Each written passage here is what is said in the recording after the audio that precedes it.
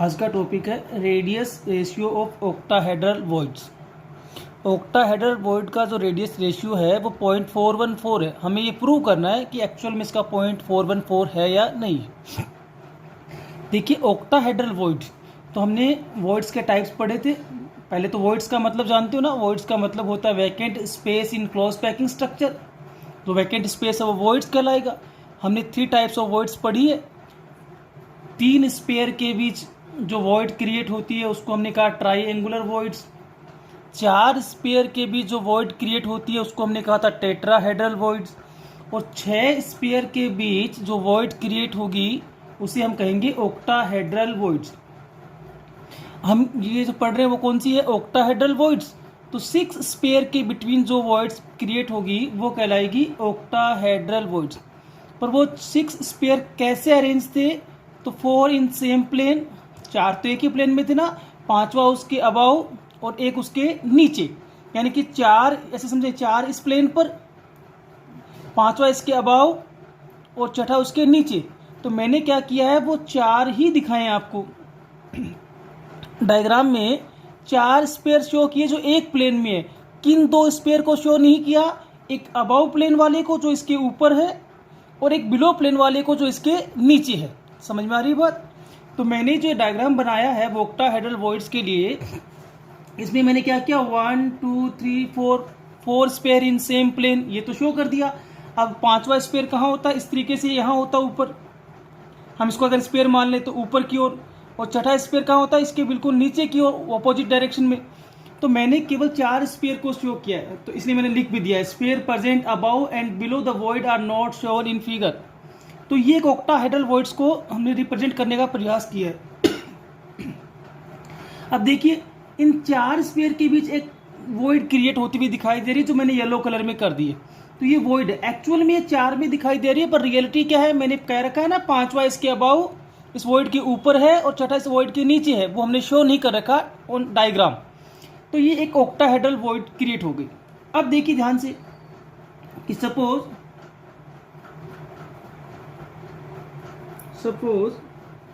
क्या सपोज करें अपन, हम कुछ चीजों को पहले ही मान लेते। देखिए if radius of atoms equal R, अगर हम ये मान लें कि रेडियस ऑफ एटम कितनी है? आर है। Radius of void, octahedral void, वो है आर। तो हमने क्या किया है, एटम के रेडियस को कैपिटल आर से डिनोट कर दिया है और ऑक्टाहेड्रल वॉइड के रेडियस को स्मॉल आर से डिनोट कर दिया है। अगर ये थ्योरी में अप्लाई करूं तो एक बात ध्यान देखना, ये जो डिस्टेंस है कैपिटल आर है क्योंकि ये रेडियस है। ये भी क्या है? एटम का रेडियस कैपिटल आर है। ठीक, ऐसे अगर नीचे की ओर जाएंगे तो ये भी आर है, ये भी क्या है? रेडियस है। ऐसे ये भी क्या है? रेडियस है, ये भी रेडियस है। अगर यहाँ देखें तो ये भी रेडियस है और ये भी रेडियस है। तो ये भी क्या है? रेडियस है और ये भी क्या है? रेडियस। अगर अपन समझे तो, पर ये बीच में क्या है? ये 2r है। पर कौन से 2r है? स्मॉल लेटर वाले। स्मॉल लेटर वाले क्यों लिखा मैंने? क्योंकि ये वॉइड का रेडियस है और ये पूरा डायमीटर यूज हो रहा है। तो ये तो सही है ना। फिर ये इसमें क्या दिक्कत है? हमने रेडियस ऑफ एटम आर माना है तो आर लिख दिए और रेडियस ऑफ वॉइड्स को स्मॉल आर से लिखा है। तो ये डिस्टेंस कितनी है जो बीचों बीच जा रही है? ये तो पूरा डायमीटर है, तो ये 2r हो गया। ठीक है, तो देखिए ट्राइएंगल से जा रहे हैं पर एक, फ्रॉम ट्राइएंगल ABC। ठीक है, क्लियर हो रहा है? ट्राइएंगल ABC को अपन सोल्व करें तो अगर मैं आपसे कहूं AC, जो डिस्टेंस है AC स्क्वायर, वो इक्वल होगा किसके? AB square plus BC square. Correct है, यही होगा ना। AC square equal to AB square plus BC square. अब देखिए अगर मैं कहूं AB इक्वल टू BC तो क्या गलत है? और कितना? 2r। सही है क्या? देखो ये एक आर, ये इस स्पेयर का रेडियस और ये इस स्पेयर का रेडियस। करेक्ट है ना? तो यहाँ से यहाँ तक की डिस्टेंस कितनी होगी? 2r। यहाँ से यहाँ तक की भी कितनी है? 2r। तो ये सॉल्यूशन हो गया। अगर मैं आगे ले जाऊं तो देखिए क्या हुआ। सो AC स्क्वायर इक्वल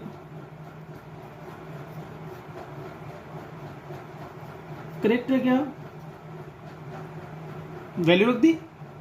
और अगर AC कैलकुलेट करें तो क्या होगा?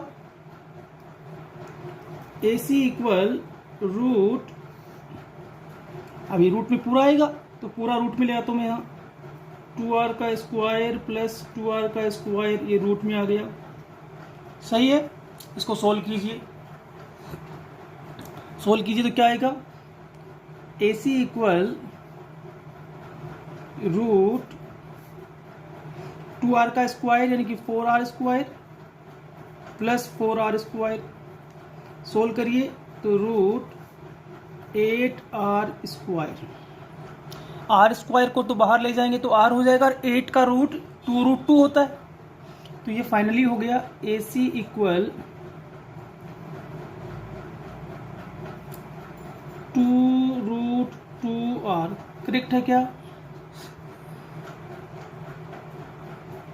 यही होगा ना, AC इक्वल 2√2r। या इस ऐसे लिख दूँ से इसको, किस किताब इसको ऐसे लिखती है, क्या फर्क पड़ता है? AC इक्वल √2 और 2r एक ही बात है। ये 2r तो बाहर है, √2 अलग है। अब इस डायग्राम पे आइए, डायग्राम से देखिए तो A से C तक का डिस्टेंस, तो कैपिटल R स्पेयर का रेडियस है, स्मॉल r वॉइड का रेडियस है, और वॉइड का क्या यूज हो रहा है? डायमीटर, तो 2r, और ये कैपिटल R फिर से स्पेयर का रेडियस है। तो फ्रॉम डायग्राम मैं कह सकता हूं, देखिए from diagram, from figure AC equal 2r plus 2r। Correct है ना? कैसे? ये r कैपिटल R और ये कैपिटल R तो किसके? स्पेयर के रेडियस है, और वॉइड का क्या यूज हो रहा है? डायमीटर, तो AC equal 2r plus 2r, तो इसमें दे दो। सो फाइनली क्या हुआ? 2r plus 2r equal to √2 into 2r। 2r को इधर ले आऊं तो ये बनेगा, डिवाइड में आएगा 2r अपॉन 2r, और इसके भी डिवाइड में आएगा 2r अपॉन 2r इक्वल √2। ये कैंसिल होके एक हो जाएगा ना, 1, तो ये हो गया finally 1 plus 2r upon 2r equal to √2। 2 से 2 कैंसिल हो रहा है, तो फाइनली बचा 1 plus r upon r equal to √2, और r upon r equal to √2 minus 1। Solve करिए इसको, तो ये हुआ 1.414 माइनस 1, तो r upon r equal to 0.414 solution के बाद यही आ रहा है। अब देखिए r अपॉन r ही तो रेडियस रेशियो है। ठीक है, रेडियस रेशियो क्या होता है? रेडियस रेशियो होता है radius of cation upon radius of anion. यही होता है ना, radius of cation upon radius of anion. अब जो केटाइन होते हैं वो नॉर्मली वॉइड्स में आते हैं, है ना, इसलिए अगर केटाइन नहीं है तो हमने क्या लिख दिया? Radius of voids upon radius of atom. तो ये रेडियस रेशियो है। तो r upon r equal to radius ratio. अब ये कौन सी वॉइड के लिए कैलकुलेट किया है हमने? ऑक्टाहेड्रल वॉइड्स के लिए कैलकुलेट किया है। रेडियस रेशियो कैसे निकाल दिया? Radius of voids upon radius of atom. तो ये एक क्वेश्चन बोर्ड में पूछा गया था, ध्यान रख लेना। तो नॉर्मल सा क्वेश्चन है कि अगर मैं ये कहूँ कि एटम का रेडियस r है और वॉइड का रेडियस स्मॉल r है, तो एक ट्राइंगल हमने यूज किया, पाइथागोरस यूज किया, AC square equal to AB square plus BC square. AB का डिस्टेंस 2r है, BC का डिस्टेंस भी 2r है, वैल्यू पुट कर दी, सॉल्यूशन किया तो आ गया AC equal to √2 into 2r। ठीक है, AC जो दिखाई दे रहा है वो डायग्राम में क्या दिखाई दे रहा है कि उसमें स्पेयर का रेडियस है, फिर डायमीटर है वॉइड का, फिर स्पेयर का रेडियस है। तो स्पेयर के दो रेडियस, तो 2r कैपिटल लिख दिया, और डायमीटर है तो 2r स्मॉल, क्योंकि small r is the radius of void. इसको सोल्व करेंगे तो फाइनली अपना आंसर आएगा 0.414, और यही हमने पढ़ा था कि radius ratio of octahedral void is 0.414। तो ये क्वेश्चन सोल्व हो गया, ध्यान रख लेना। ठीक है, अगला जो अपना टॉपिक होगा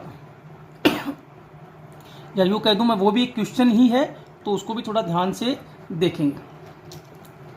हम लोग नेक्स्ट टॉपिक की ओर जा रहे हैं, और वो नेक्स्ट टॉपिक है हमारा छोटा सा एक क्वेश्चन पूछा गया था number of atoms in hexagonal close packing structure. Number of atoms in hexagonal close packing structure, ये 3 डायमेंशनल की बात हो रही है। याद रखना, जब HCP में 2 डायमेंशनल वर्ड यूज नहीं किया गया है तो निश्चित तौर पे 3 डायमेंशनल की बात हो रही है। नॉर्मल वे में क्या होता है, 2 डायमेंशनल जब भी पूछते हैं तो वो 2 डायमेंशनल लिख के देता है। तो number of atoms in hexagonal close packing structure, देखो हमने नंबर ऑफ एटम्स बहुत जगह कैलकुलेट किए थे। हमने सिंपल में किया था तो हमें याद आता है सिंपल में क्या था, 8 पार्टिकल कॉर्नर्स पे होते हैं बस, तो 8 इंटू 1/8 1/8 इट्स कॉन्ट्रीब्यूशन, तो हमने कहा 1 एटम होगा। हमने BCC में किया तो हमारे दिमाग में आता है 8 कॉर्नर एंड 1 सेंटर, तो हमने कहा 8 into 1/8 at the corner and 1 का 1 रह गया सेंटर, तो वो टोटल करके वैल्यू कैलकुलेट कर दी।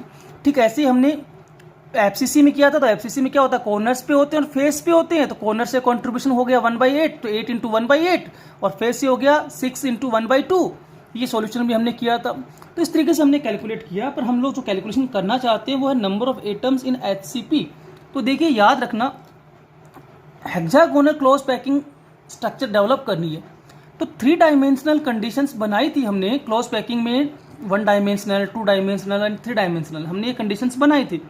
और उस टाइम पे मैंने कहा था कि 3 डायमेंशनल कैसे बनेगा, तो याद आ रहा है कि 3 डायमेंशनल बनता है 2 डायमेंशनल से, और 2 डायमेंशनल्स के 2 टाइप्स होते हैं, square close packing and hexagonal close packing. हम लोग किससे बनाना चाह रहे हैं, हेक्सागोनल क्लोज पैकिंग। तो एक नॉर्मल हेक्सागोनल क्लोज पैकिंग मैं यहाँ डेवलप करके दिखाता हूँ आपको, देखना। हेक्सागोनल क्लोज पैकिंग किससे बनता है कि उसमें ये पहला रो है 1 डायमेंशनल, उसके बाद जो सेकंड रो होता है उसमें वो इनके डिस्पर्शंस में होता है, यानी कि एटम के ऊपर एटम नहीं होता है, डिस्पर्शन में होता है, यानी कि वर्टिकली अलाइन नहीं होते यहां। तो ये second layer, sorry second row, ऐसे ही नीचे बना सकते हैं हम लोग। तो हेक्सागोनल क्लोज पैकिंग में हमने ये देखा था कि जो फर्स्ट रो है वो थर्ड रो की इक्वल होती है और जो सेकंड रो होगी वो फोर्थ रो की इक्वल होगी। तो ये एक हेक्सागोनल क्लोज पैकिंग स्ट्रक्चर है जो कि 2 डायमेंशनल है फिलहाल। अब इसमें ध्यान देने लायक क्या है कि इसमें वॉइड्स बन रहे हैं, 1 2 3 4 5 6, ये बीच में स्पेस बने हुए हैं ना, ये वॉइड्स हैं। और ये वॉइड्स को अगर आप देखेंगे तो ये वॉइड कितनों के बीच में है, तो 1 2 3, ये देखोगे तो 1 2 3, ये वॉइड्स भी 1 2 3, तो और 3 एटम के बीच जो वॉइड बनता है उसको हम क्या बोलते हैं, उसको हम बोलते हैं ट्राईएंगुलर वॉइड्स। तो ये यहाँ ट्राईएंगुलर वॉइड्स बन गए। अब हमें क्या करना है, हमें ये करना है कि सेकेंड लेयर को इस प्रकार से एडजस्ट करना है इस पर कि ये इसमें से 50% वॉइड्स को कवर्ड कर दे। कितने परसेंट को, 50% को, और वो भी एक जैसे वॉइड्स को कवर्ड कर दे। तो देखिए अगर मैं यहाँ वॉइड्स गिन के देखूँ, अगर इस क्रिस्टल में, तो 1 2 3 4 5 6 और 6 का 50% 3, तो 3 वॉइड्स को ही कवर्ड करना है, यानी कि 3 स्पेयर यूज करेंगे। 6 को कवर्ड करना हो तो 6 स्पेयर यूज करते, अब उसके 50% को कवर्ड करना है तो 3 को ही कवर्ड करना है, तो 3 स्पेयर यूज करेंगे। अब देखिए इनमें क्या है कि ये जो है इसका माउथ जो हेड है उस नीचे की ओर है, इसका भी हेड नीचे की ओर है, इसका भी हेड नीचे की ओर, तो या तो इन तीनों को करिए या फिर इसको इसको और इसको करिए। तो मैंने 3 को कर दिया, ठीक है, ये मैंने 3 यूज कर लिए, 1 2 एंड 3। तो ये समझदार हो आप, समझ गए, हमने पढ़ा दिया था। ये यहां नहीं है, ये एक्चुअल में यहां है इस पर, और ये वाला इस पर है और ये वाला इस पर है, ये सेकंड प्लेन है। अब सेकंड प्लेन को 3 डायमेंशन को आप बोर्ड पे कैसे दिखा सकते हो, कोई ऑप्शन ही नहीं होता बोर्ड पे, तो बोर्ड 2 डायमेंशन होता है। तो ये हमने इसे बना दिया इसको। तो ये समझिए फर्स्ट प्लेन, ये सेकंड प्लेन। अब सेकंड प्लेन एक्चुअल में कहाँ है, ये स्पेयर इस वॉइड पे है, ये स्पेयर इस वॉइड पर है और ये स्पेयर इस वॉइड पर है। अब थर्ड लेयर एग्जैक्ट सेम बनानी है फर्स्ट लेयर के जैसी, ठीक है, एग्जैक्ट फर्स्ट लेयर के जैसी। इसका मतलब अगर मैं सेकंड लेयर को बीच से हटा दूं, एग्जैक्ट सेम का मतलब क्या वो समझना, अगर मैं सेकंड लेयर को बीच से हटा दूं तो क्या होगा, थर्ड लेयर का प्रत्येक स्पेयर फर्स्ट लेयर के स्पेयर के ठीक ऊपर आएगा, ठीक है। तो ये एक डायग्राम हमने बनाया है। अब क्या है देखो, उस डायग्राम में ये एक डायग्राम बना है, अगर मैं इनको मिला दूंगा तो एक हेक्सागोनल क्लोज पैकिंग स्ट्रक्चर बन जाएगी। ये अपना उद्देश्य नहीं है, हम तो यहाँ नंबर ऑफ एटम्स कैलकुलेट करना चाहते हैं, वो देखेंगे ध्यान से, ठीक है। तो अगर मैं इनको मिला दूं ऐसे, जैसे इसका सेंटर मैंने कहा ना कि अगर थर्ड लेयर को इग्नोर कर दिया जाए तो एक्चुअल में ये यहाँ है और इसका सेंटर भी इस सेंटर के ठीक ऊपर है, आप मान लेना इसको ऐसे, ठीक है। अब देखिए ध्यान से, ये ऊपर की फेस पे एटम है, ये नीचे की फेस पर एटम है, ये सारे कॉर्नर्स हैं, ये भी कॉर्नर्स पे हैं और ये मिडल में है। अब देखिए पार्टिकल कहाँ कहाँ है वो अपन बताएंगे। सबसे पहले कॉर्नर्स पे, तो 1 2 3 4 5 6 7 8 9 10 11 12, तो 12 पार्टिकल्स कहाँ है, कॉर्नर पे, इनटू होता है। पर हेक्सागोनल में ऐसा नहीं होगा। हेक्सागोनल में कॉर्नर का पार्टिकल 6 यूनिट्स के साथ डिवाइड होगा, 6 यूनिट के साथ सब डिवाइड होगा, तो कंट्रीब्यूशन 1/6 होगा। तो ये थोड़ा सा अलग है याद रखने के लिए, 1/6 एट कॉर्नर। तो कॉर्नर से वैल्यू मिल गई, प्लस वैल्यू कहां से आएगी, फेस से। तो फेस कितने फेस पर है, अबव एंड बिलो, तो 2 फेस पर पार्टिकल प्रेजेंट है और फेस पे कंट्रीब्यूशन 1/2 होता है, 1/2।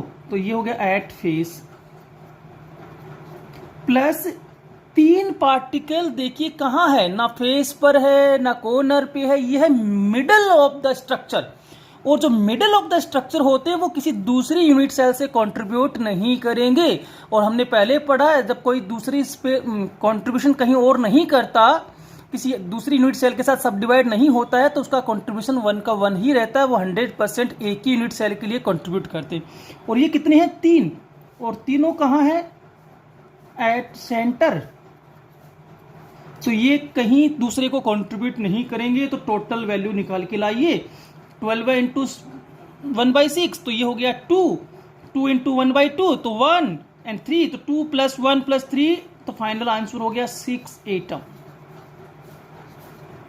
तो हेक्सागोनल क्लोज पैकिंग कंडीशंस में जो नंबर ऑफ एटम्स होते हैं वो कितने होते हैं, 6। ये अपने को अच्छे से याद रखना है कि हेक्सागोनल क्लोज पैकिंग स्ट्रक्चर में नंबर ऑफ एटम्स कभी भी पूछे जाएं तो 6 हैं, जिनमें 12 कॉर्नर पे है, कंट्रीब्यूशन 1/6 है, 2 फेस पे है, कंट्रीब्यूशन 1/2 है, 3 सेंटर पे है, कंट्रीब्यूशन 1 का 1 ही रहेगा, तो 3 का 3 ही रहने वाला है। पर याद रखना यहाँ जो हटके बात थी वो यही थी कि कॉर्नर्स पे यहाँ कंट्रीब्यूशन 1/6 है। कॉर्नर्स की कंडीशंस पे जो कंट्रीब्यूशन है वो 1/6 है, बाकी स्थिति वही है जैसे नॉर्मल वे में हम पढ़ते आए, ठीक है। कोई कंफ्यूजन वाला काम नहीं है। चलें एक छोटा सा क्वेश्चन अपन और सोल्व करके जाएंगे, फाइनल क्वेश्चन है वो आज का। क्वेश्चन है देखो, एक compound is made up of 2 elements, यानी कि कंपाउंड 2 एलिमेंट से बना है, वो है M एंड N। फिर इसने कहा element N form CCP structure, तो CCP स्ट्रक्चर डेवलप कौन कर रहा है, N। और M एटम कहाँ है, 1/3 ऑफ टेट्राहेड्रल वॉइड्स, यानी कि जितनी भी टेट्राहेड्रल वॉइड्स क्रिएटेड होगी उसके 1/3 पर है M। तो हमें इसका फॉर्मूला कैलकुलेट करना है, और हमने पहले ही पढ़ रखा है फॉर्मूला कैलकुलेट करना हो तो क्या करना पड़ेगा, उस स्ट्रक्चर में रेशियो ऑफ एटम कैलकुलेट करना पड़ेगा। अगर रेशियो ऑफ एटम हमें पता है तो फॉर्मूला भी उसी रेशियो में आने वाला है। तो देखिए एक काम करते हैं हम लोग, हमें एक चीज याद है वो ये है कि टेट्राहेड्रल वॉइड्स जो होती है वो नंबर ऑफ एटम्स के डबल बनती है, और ऑक्टाहेड्रल वॉइड जो होते हैं वो नंबर ऑफ एटम के इक्वल बनते हैं। यहाँ बात टेट्राहेड्रल वॉइड्स की हो रही है तो वो नंबर ऑफ एटम्स के डबल बनेंगे। अब क्वेश्चन बनता है सर कौन से, तो देखिए एक बात तो सीधी सी है, जो एटम वॉइड्स में प्रेजेंट है उसको इमेजिन करने का कोई सेंस नहीं होगा, क्योंकि वॉइड्स का ही नहीं पता हमें कि कितनी है, तो नंबर ऑफ एटम कैसे बता सकते हैं हम लोग। तो इमेजिनेशन हम किसकी करेंगे, हम उन एटम्स की करेंगे जो स्ट्रक्चर डेवलप करता है। याद रखना, हम उन एटम्स को इमेजिन करेंगे जो स्ट्रक्चर डेवलप करता है, और यहाँ स्ट्रक्चर किसने डेवलप की है, N ने। तो मान लें हम लोग, सपोज कर लें कि suppose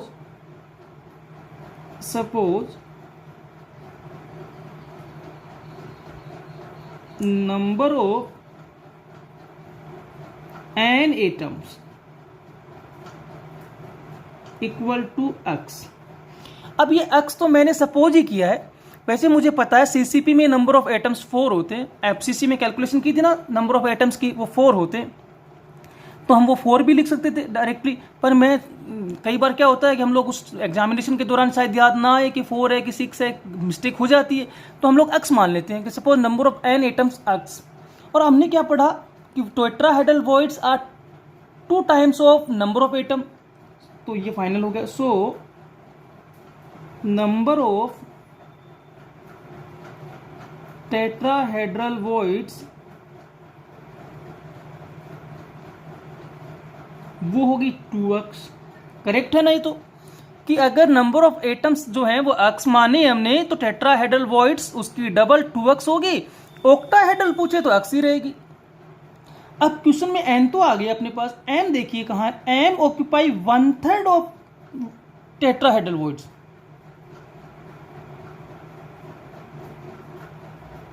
m occupy 1/3 of tetrahedral voids. So अब एक बात बताइए मुझे, आप समझना कि जो m है वो टोटल के टोटल वॉइड्स में अगर होता तो एक वॉइड एक एटम को अपने अंदर रख सकती है, एक वॉइड्स में एक एटम, 2 वॉइड में 2 एटम, x वॉइड में x एटम और 2x वॉइड में 2x एटम। यानी कि जितने, अगर मैं ये कह दूं कि सभी वॉइड्स में है, सभी टेट्राहेड्रल वॉइड्स में है, तब तो number of tetrahedral voids equal to number of atoms. पर यहां क्या कह रहा है कि नहीं, 1/3 में है ओनली, यानी कि टोटल में नहीं है, कुछ वैकेंट भी पड़ी अभी तक, 1/3 में है, तो 2x का 1/3 निकाल लेते हैं। सो नंबर ऑफ m एटम्स वो हो गया 1/3 ऑफ 2x, तो 1/3 ऑफ 2x, तो 1/3 अपॉन 2x ये हो गया। फाइनल लिख देता हूं इसको 2x अपॉन 3।